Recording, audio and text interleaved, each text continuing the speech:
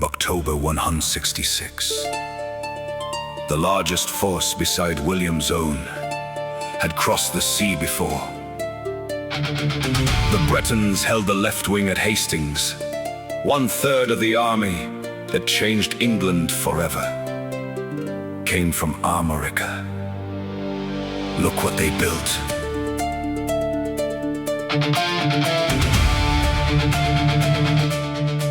When William crossed the water in October 66, the largest force beside his own had crossed the sea before.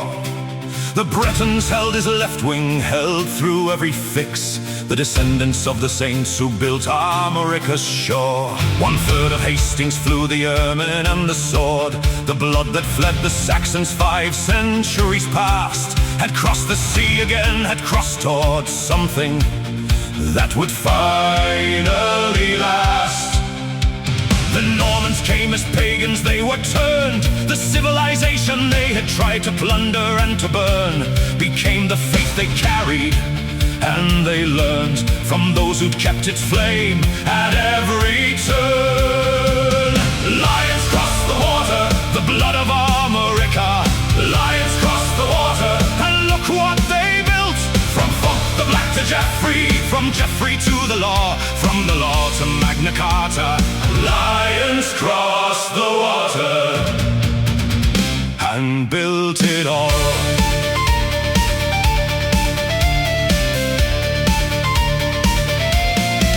From Fulk the Black, the line ran sure.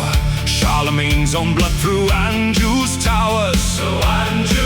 Through Geoffrey Plantagenet to the floor of English law in Henry's finest hours.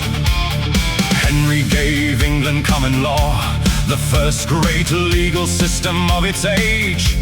No king above the law, the greatest draw toward justice, written on the Angevin page. An empire stretching Scotland to the Pyrenees, Anjou, Aquitaine, Normandy, England won. From Alan Fitzflad's sons, the Breton keys were turning, and the building had begun. While Rome fell burning, Ireland kept the page. The monks took up the labor Rome had dropped. They copied Virgil, Cicero the sage, traditions of the classical world unstopped. From Armorica, the same flame burned along the manuscripts that Charlemagne's scholars brought. Were Celtic hands that kept the knowledge strong when every other light in Europe's court was out. And what the Celtic network saved and gave flowed back through Anjou, through the Plantagenet mind.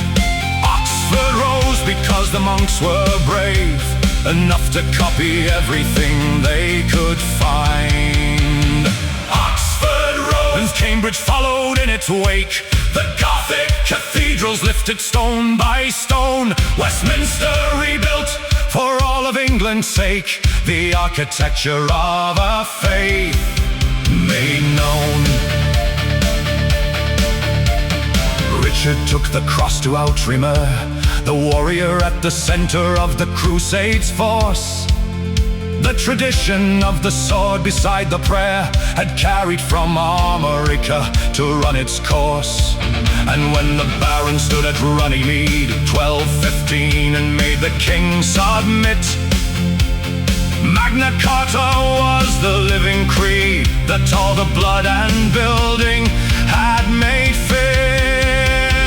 Parliament rose from what that charter gave, the seed of every parliament on earth, and every freedom planted in that wave, from Armorica crossing, giving birth.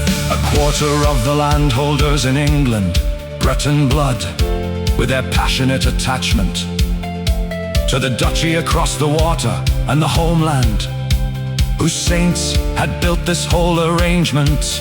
They came from Armorica, they always did, the blood of those who crossed from Britain's burning shore.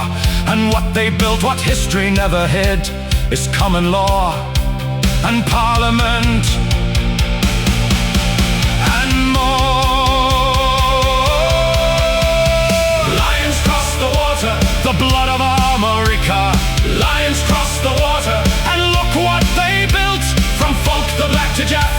From Geoffrey to the law, from the law to Magna Carta, lions crossed the water and built it all. Look up the Bretons at Hastings. Look up Fulk the Black. Look up what Henry II built. Look up the Magna Carta, 1215. Look up who founded Oxford. Look up Alan Fitzflad of Dol, Brittany. Look up how the Irish monks saved civilization. The blood that crossed to Armorica, crossed back and built everything you take for granted every day.